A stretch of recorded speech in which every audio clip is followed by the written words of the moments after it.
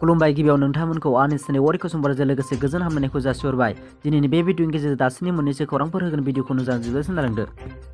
दानिया फैदो गुबै रादाबाव मिरु आरो क'क्राझार जिल्ला दुलाराय फरायसा आफादनि बानजायनायाव फैगौ 1 मे बड'फा उपेन्द्रनाथ ब्रह्मनि 32थि थैनाय सान फालिथायजों सोमोन्दो लाखिनानै गोजोन आरो खौसेथिनि थाखाय हानजा सुनाय हाबाफारि लानाय जादों। बे हाबाफारियाव बाहागो लानो थाखाय एबसुआ बर' रायजो राजाफोरखौ हांख्रायहरदों।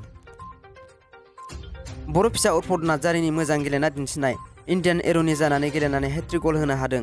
उड़िष्या पुलिसनि बेरेखा गेलेनाय बादायलायनायाव गलथाम होनो हादों। गासै 4-0 गलजों फेजेननाय बिथांमोननि दोलोआ।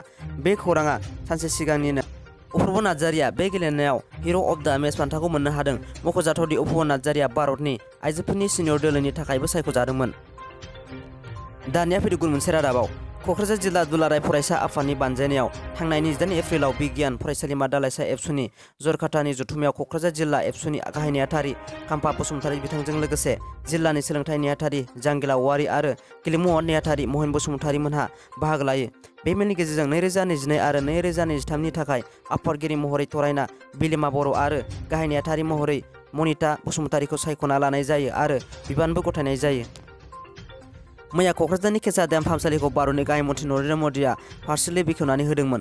क'क्राझारनि बे हाबाफारियाव गिबि समाव गोबां सुबुंफोरा ज' जादोंमोन। उनाव गाहाय मन्थ्रिनि भाषणनि समाव जायगाखौ लांदां जाना थानाय नुनो मोन्दों।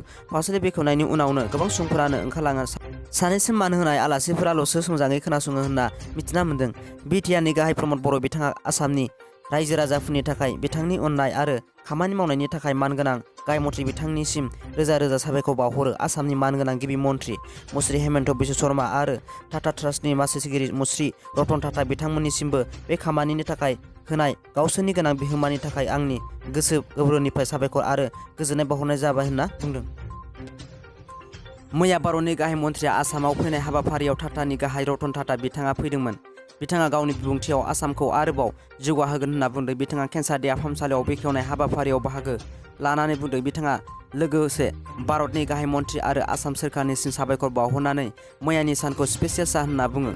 केन्सार बेरामनि फाहामनायनि थाखाय आसामा आवगायबोदों आरो बे खामानिनि थाखायनो बुहुमाव आसामा मोनसे स्पेसियेल जायगा मोनदों। दासिमनि भिडिअ'आ बेखिनियानोसै। भिडिअखौ नायना मोजां मोनदोंबा लाइक आरो साबस्क्राइब खालाम। मानोना आं गोदान भिडिअ लाबोबाय थानो नाजागोन।